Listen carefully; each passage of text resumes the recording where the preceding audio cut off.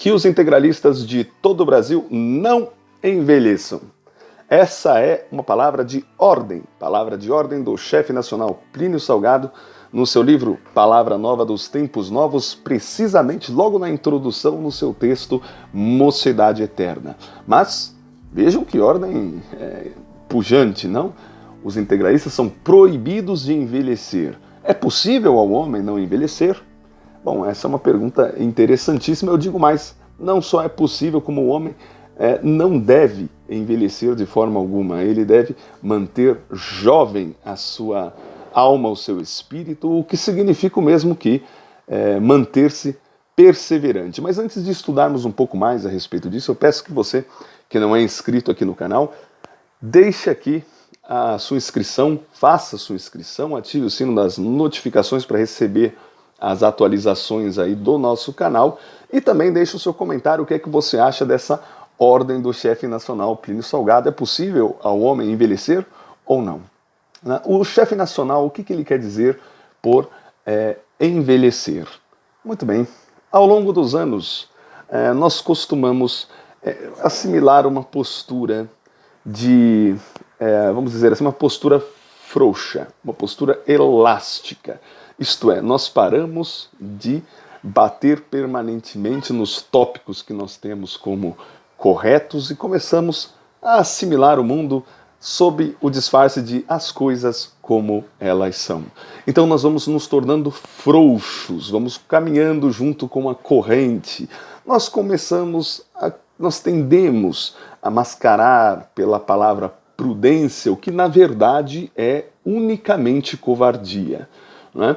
A inteligência, a maturidade não tem nada a ver com covardia. E é isso uma coisa importante, porque muita gente confunde esses conceitos. Né? Você ser maduro não quer dizer que você deve ser propenso a aceitar qualquer coisa, a fazer qualquer negociata. Né? Então, portanto, o que é a perene juventude?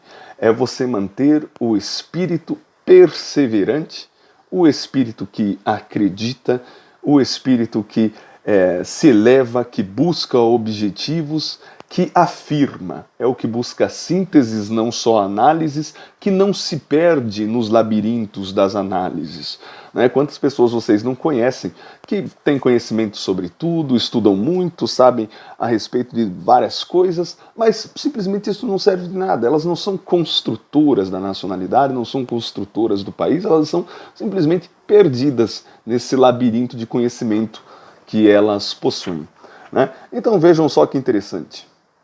As mentalidades crepusculares, isto é, as mentalidades morredoras, não entenderão essas palavras. Eu não falo aos gastos, aos que já não governam os próprios movimentos, aos que acompanham a onda e já se conformaram com todas as monotonias. Falo aos que são moços e aos que se rejuvenesceram pela libertação da inteligência e pelo milagre da palavra nova. A mocidade é, antes de tudo, libertação de si mesmo.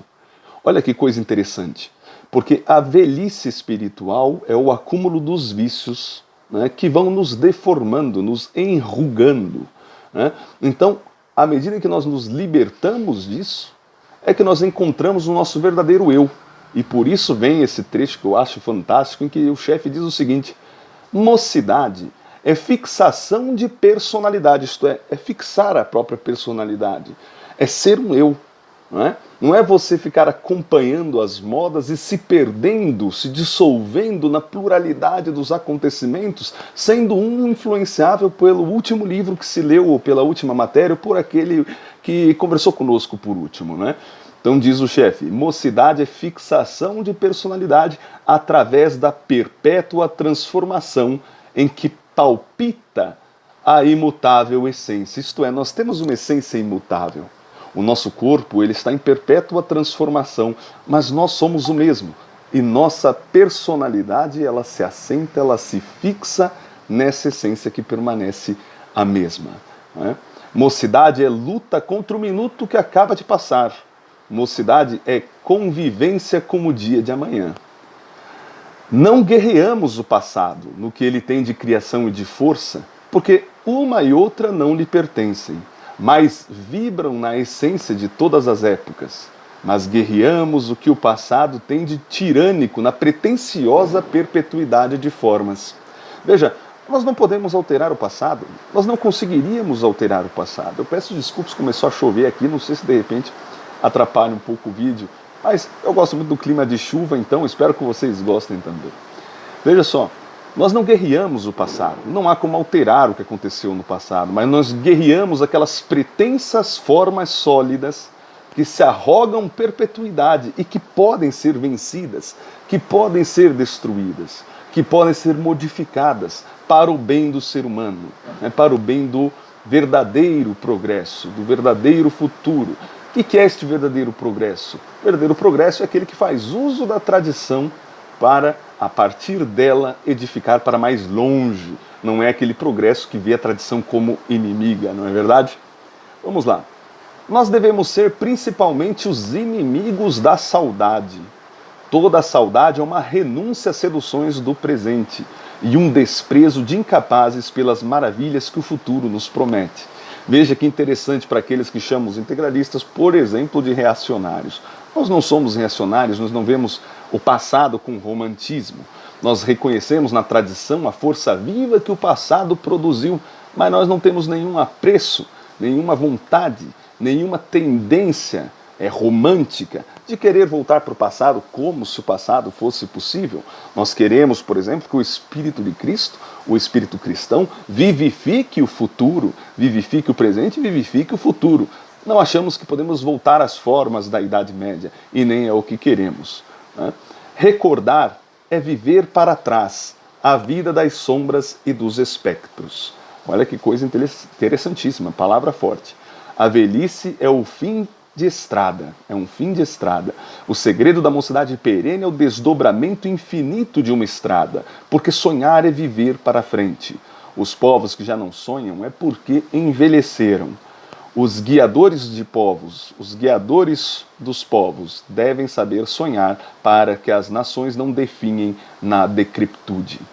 Vejam, quantas nações estão chafurdadas na politicagem, chafurdadas, em que os valores já estão completamente perdidos, os valores estão completamente destroçados, né? Ou seja, são nações que estão morrendo por si mesmas, porque os seus chefes já não são capazes de sonhar a grandeza dessas nações, eles já não são capazes de doar-se pela grandeza dessas nações. Então, inevitavelmente, a falta de sonhos leva à decrepitude, que é a conformação absoluta com o que está aí, com o que vai se perpetuando, justamente porque não se acredita poder vencê-lo, né? É preciso que os povos marchem, diz o chefe nacional Plínio Salgado, que um grande rumor de passos e de gritos abafe os gemidos e as lágrimas dos fracos. Prestem atenção, é preciso que os povos marchem, que um grande rumor de passos e de gritos abafe os gemidos e as lágrimas dos fracos. Quem são esses fracos? Esses fracos não são, como com certeza nós sabemos, justamente por causa de livros como Direitos e Deveres do Homem, não são as pessoas vulneráveis fisicamente. Os fracos são os vitimistas. Os fracos são os fracos de caráter, de virtude. Aqueles que ficam o tempo inteiro com choramingos históricos, deixando de lado as grandes construções do Brasil em benefício de agarrar-se ali à choradeira dos vencidos. Não, nós não podemos pensar como um movimento de escravos, né? Nós somos um movimento de pessoas livres, né? Não somos um movimento de escravos morais. Nós somos um movimento de pessoas livres pela superioridade moral que nós desenvolvemos através da prática das virtudes, tanto teologais como cardeais. Não é verdade? Então vejam que interessante, é preciso que os povos marchem, que um grande rumor de passos e de gritos abafe os gemidos e as lágrimas dos fracos. Um povo não deve esperar pelo futuro, deve marchar para ele deve precipitá-lo. A história escreve-se com pensamentos transformados em ação. Só a mocidade realiza esse milagre porque ela é força, otimismo, energia criadora. Mocidade é, portanto, ser antimaterialista, antisseticista, anticomodista e antimelancólica. Há escritores que se julgam novos porque escrevem romances de análise, trabalhando com pequenos materiais humanos à maneira dos russos do século retrasado e dos franceses que continuam no século passado. Mocidade, porém, não é análise, é síntese, não é crítica, é energia fundadora. Sabe aqueles romances que você pega, aqueles livros em que pequenas ninharias da humanidade são exploradas grandemente e transformadas em causa? Né? Vejam, por exemplo, a questão sexual atualmente. Né? Ela é transformada em grande causa, grande bandeira, quando ela é um aspecto do homem. Não é nada grandioso, não é uma bandeira, mas ela está num patamar idolátrico hoje em dia.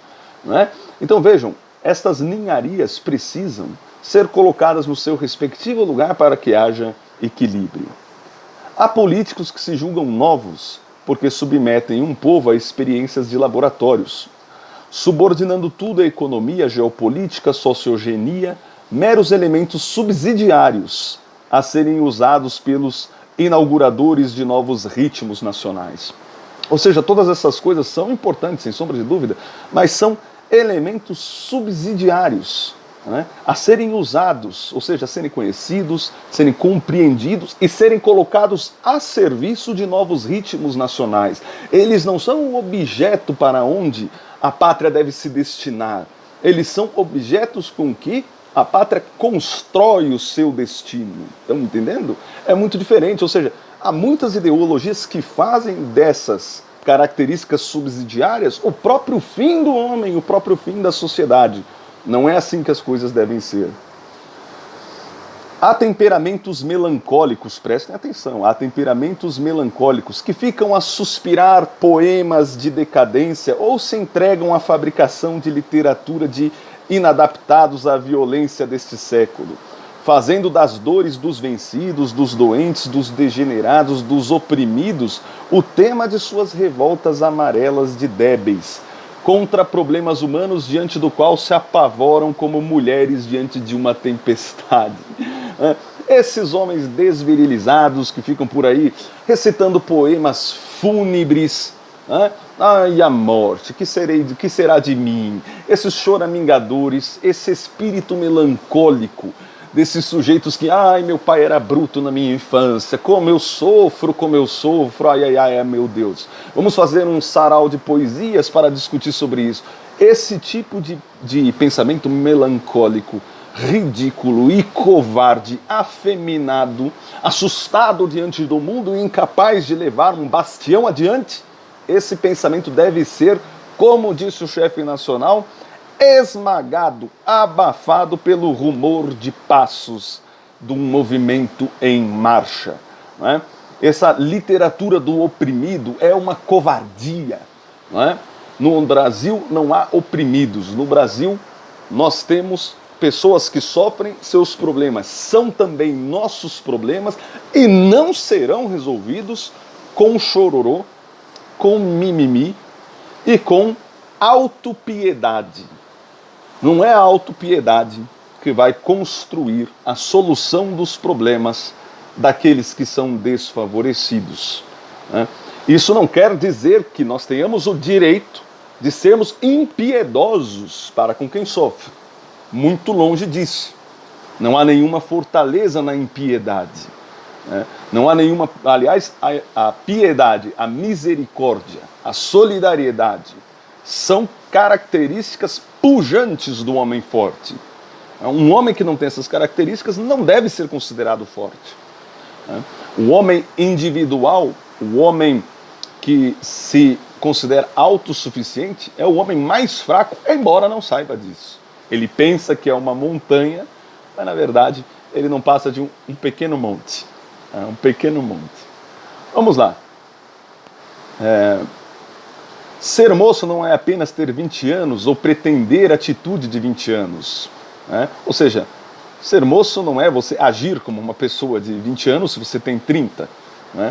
Ser moço não é apenas ter a idade de 20 anos, já que, como nós veremos, alguém de 20 anos pode já estar completamente decrépito pela soma de defeitos morais, de vícios que assimilou no seu espírito. Né? Vamos lá. Ser moço não é apenas ter 20 anos. Não, ser moço não é apenas ter 20 anos. Né? Ou pretender a atitude de 20 anos. Ser moço é ser livre. É ser tão livre ao ponto de guerrear a licença e criar a disciplina.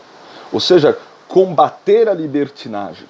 Ser moço não significa libertinagem, entregar-se aos vícios, fazer o que se quer. Ser moço é combater a libertinagem e impor a disciplina, criar a disciplina, porque a disciplina é um instrumento que a liberdade usa para ser plena. Alguém que é indisciplinado é escravo dos vícios, sejam eles morais, vícios espirituais ou vícios da carne. Né? Essa atitude nem sempre se assume porque o espírito velho está subordinado ao respeito humano e amarrado à inércia dos fracos. Todo sujeito fraco, moralmente fraco, ele está amarrado aos respeitos humanos. Né? Respeitos humanos dentro de aspas. Há um respeito verdadeiramente que nós devemos aos outros. Mas são aqueles que temem usar uma palavra com medo de ofender o coraçãozinho melancólico do outro, de uma pessoa qualquer em qualquer lugar. É aquela pessoa que ouve uma piadinha e já se machuca. Seu espírito fica ferido. Isso é uma pessoa melancólica, cheia dos respeitos, dos falsos respeitos humanos, portanto fraca. Né? Porque numa sociedade onde você tem problemas, toda resolução de problema interessa alguém, fere alguém, né? É inevitável. Então, quando você tem uma sociedade cheia de falsos respeitos humanos, uma sociedade hipócrita, mais ou menos como a gente vê, o que a gente chama de politicamente correto, é impossível se resolver os problemas. Porque quem é cheio dos milindres e dos respeitos humanos é uma pessoa fraca de caráter, incapaz de resolver problemas. Não é? Vamos lá. Ser moço é evitar que as algemas dos preconceitos nos imobilizem e que o despotismo da moda nos escravize. Veja que coisa interessante. Os preconceitos são algemas, sim. Portanto, ser moço é evitar as algemas dos preconceitos que nos imobilizam, seja eles de raça, não importa. Esses preconceitos são paralisantes. Né? É claro que eu não estou dizendo que tudo que tem por aí sendo bradado que é preconceito, de fato seja. Eu estou falando que existem preconceitos, né, como a gente sempre discute. O racismo, por exemplo, é um preconceito imobilizante, cegante e até diabólico. Né? Agora, veja que interessante o que ele coloca aqui. O despotismo da moda. Quem também tudo aceita porque é moda, porque os outros pensam assim, também está amarrado. É também um tipo de amarra. Os que envelheceram em espírito são como as lesmas, carregam caramujo às costas. É a casa que se formou com a gosma da erudição petrificada, ou com as secreções da admiração por si mesmo. Isto é, a erudição petrificada, muita inteligência que não serve de nada, só cria ali aquelas pessoas que gostam de cargos, eu sou doutor, eu sou pós-doutor, eu sou isso e aquilo, e na verdade são só caramujos levando a sua casa, o seu peso às costas da sua falsa erudição. Né? São os narcisistas, e aqui diz Plínio Salgado, o narcisismo é um sinal de velhice. Os moços não precisam de espelhos porque a sua imagem se reflete na própria consciência da juventude. O dia de hoje só se completa no dia de amanhã.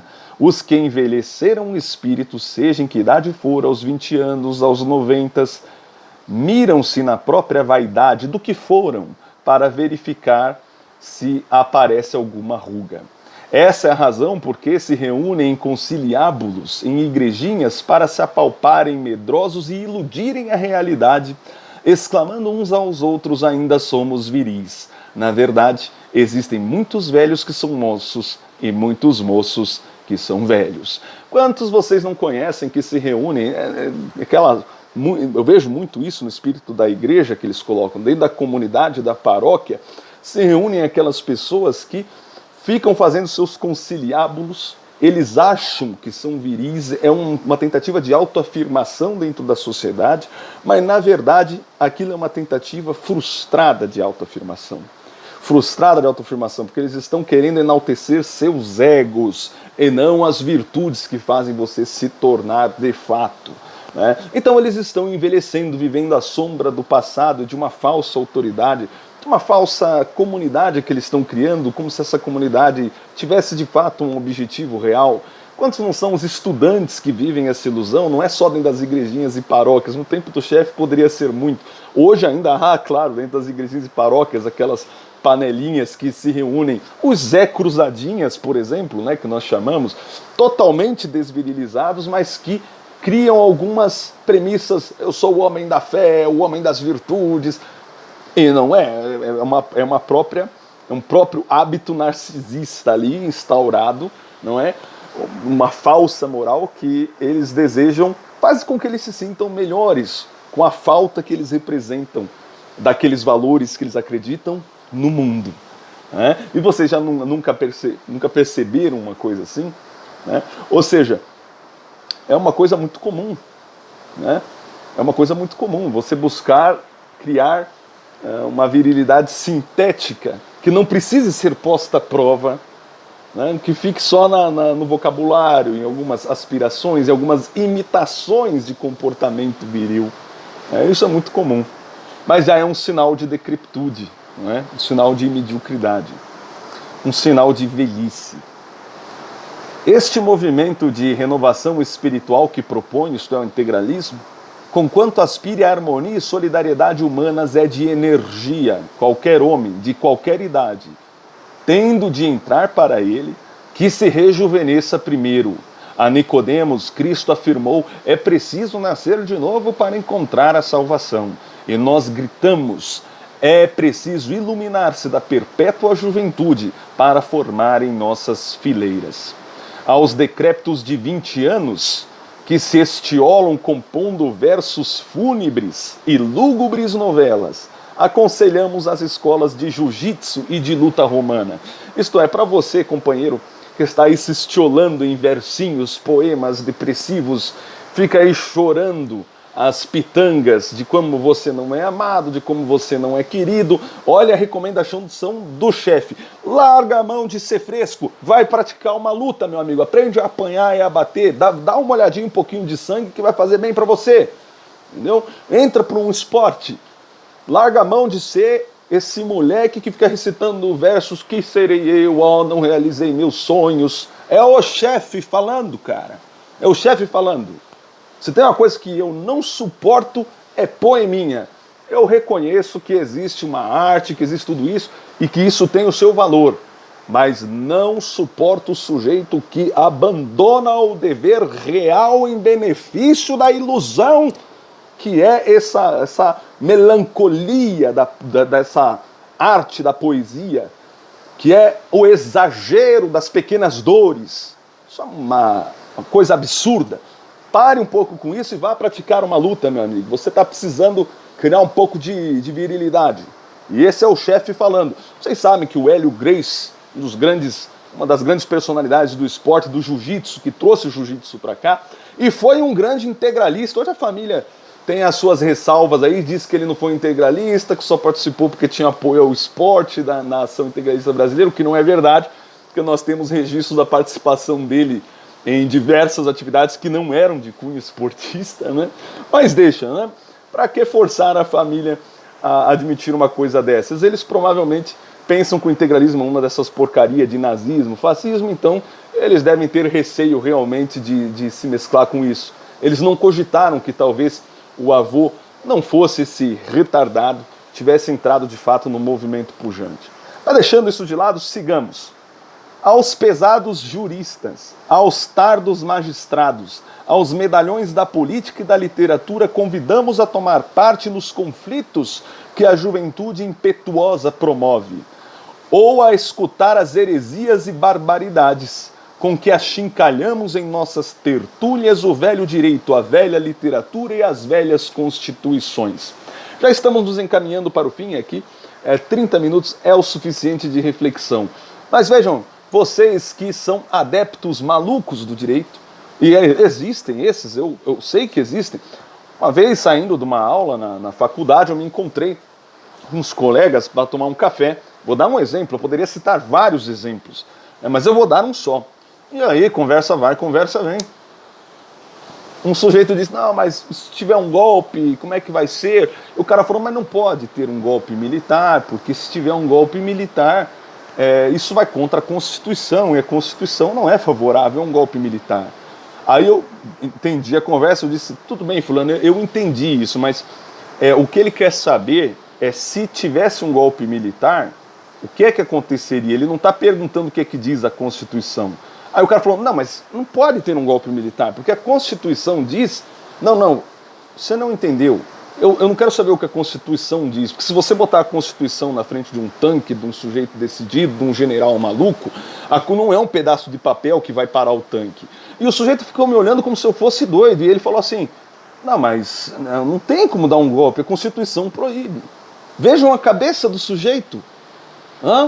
A Constituição, a lei para ele é uma coisa que é tão verdadeira, ela é quase mística, ela é inquebrável, ela é como amarras invisíveis. Ninguém poderia, teoricamente, tirar a Constituição de lá. Veja, é justamente na mente desses sujeitos, e é justamente por culpa desses sujeitos, que nós vemos a Constituição politicamente sendo rasgada aos poucos. Porque esses sujeitos, crendo na devoção, crendo que todos têm a mesma devoção que eles têm pela lei, devoção quase fanática e idolátrica, eles acham que a Constituição não precisava de anteparo e que a sociedade não precisava de forças para protegerem a Constituição. Então por isso nós vemos ela sendo rasgada por burocratas, né? O tempo inteiro sendo rasgadas por burocratas. E se um general maluco quisesse, ele poderia simplesmente dar um golpe e pronto, acabou. A Constituição não consegue evitar esse tipo de coisa. Por isso a Constituição tem que ser robusta, respeitável. Não é? Nós, por exemplo, acreditamos que a Constituição deve ser robusta, respeitável, etc. Só que acontece o seguinte, tem coisas que a Constituição não abarca e os criminosos já contam com isso. Não é? Então você vê, nós vamos soltar só porque a Constituição não abarca, veja, só porque a Constituição não abarca ou o nosso Código Penal ainda não avançou, nós vamos soltar um terrorista que explodiu gente em outro país porque não está previsto? É uma suposição. Entendem? É a letra morta, é o espírito dos doutores e não dos profetas. Falta o espírito da lei. Isto é velhice, é decrepitude. Vamos lá.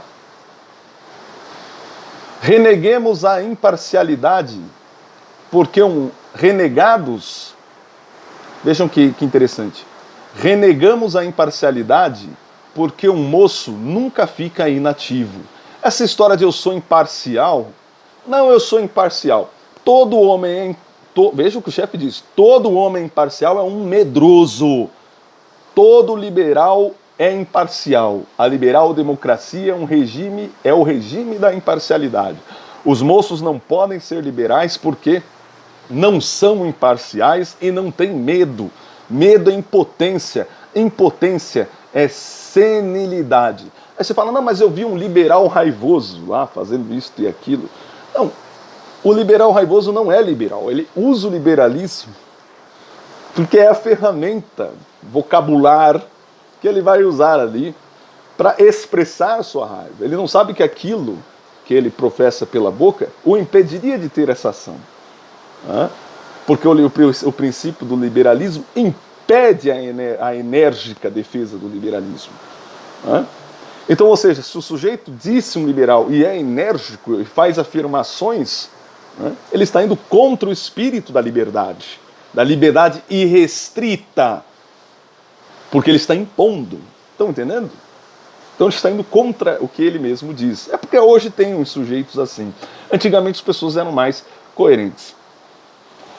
Entre duas forças que se defrontam, só não toma partido o que teme afirmar ou negar. O desinteresse é sinal de ceticismo. Ceticismo é fruto de desilusões. Desilusão é decrepitude. Os moços não podem ser indiferentes nem céticos. Uma opinião só é digna quando se transforma em ação.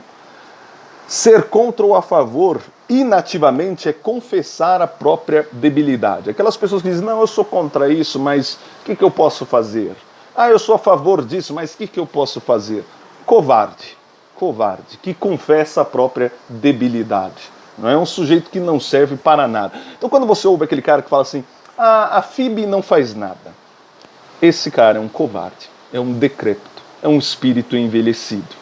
Quem está no movimento não se cansa de fazer coisas e não tem mais nem por onde, muitas vezes, realizar mais. E tentam e se sacrificam muito. E estão de parabéns por conta disso. Não tem como não louvar esse esforço. Ou seja, ser contra ou a favor inativamente, meu amigo, é confessar a própria debilidade. Por isso, ouçam bem, amigos e inimigos, por isso nós concitamos aos moços que nos agridam fisicamente se forem contra nós, e que venham formar conosco em nossas legiões intemeratas se forem a favor. E quem não assumir uma ou outra atitude é indigno de pretender lutar conosco, porque esta luta é uma luta de mocidade. Ser moço é não formar na cauda dos velhos por interesses vil ou subserviência. Ser moço é não organizar partidos sem primeiro gritar bem alto o que se pretende fazer. Ouça bem, você que é o fanático do vamos fazer partido, fazer partido. Ser moço é desfraldar a bandeira de ideias novas. Ser moço é ser capaz de renunciar a tudo, a começar de si próprio, para acometer a perigosa face do desconhecido futuro. Ser moço é afirmar, ser moço é renegar o sorriso de rugas de Voltaire e o sorriso de canto de boca de Anatole, por onde escorre a baba das dispepsias morais. Ser moço é abandonar os gabinetes, as portas de livrarias, o prazer burguês dos clubes e vir para a luta e gastar a vida como um meteoro gasta o seu clarão. Isso é ser moço. É preciso que todos os camisas verdes recebam a palavra de ordem. Perseverai na perene juventude.